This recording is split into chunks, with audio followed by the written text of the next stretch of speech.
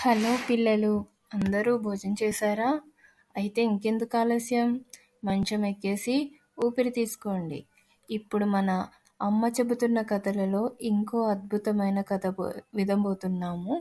ఈరోజు మన కథలలో ముచ్చటేంటంటే, ఒక చిన్న చీమ తన స్నేహితుడైన పావురాన్ని ఎలా రక్షించిందో చూద్దాం. ఒకరోజు అడవిలోని చిన్న చెరువులో ఒక చీమ పడిపోయింది. పాపం, దానికి ఈత రాదు. ప్రాణాల్ని కాపాడుకోవాలని ఎంతో తాపత్రయపడుతోంది. పక్కనే ఉన్న చెట్టుపై కూర్చున్న పావురానికి ఆ చీమ కనిపించింది. చీమ పరిస్థితిని చూసి దానికి చాలా జాలేసింది. వెంటనే ఒక ఆకును తెంచి చీమకు దగ్గరగా నీటిలో వేసింది. చీమ దానిపై ఎక్కి క్షేమంగా ఒడ్డున చేరుకుంది.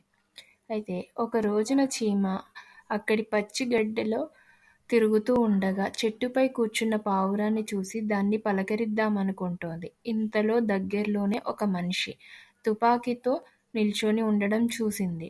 అతడు పావురాన్ని చంపడానికి తుపాకీ గురిపెడుతున్నాడు.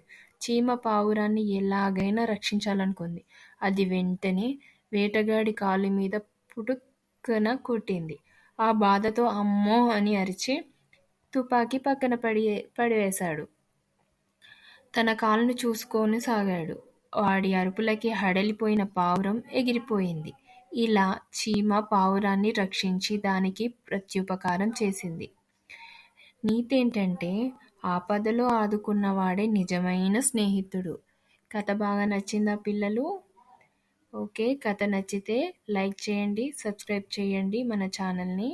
Good night.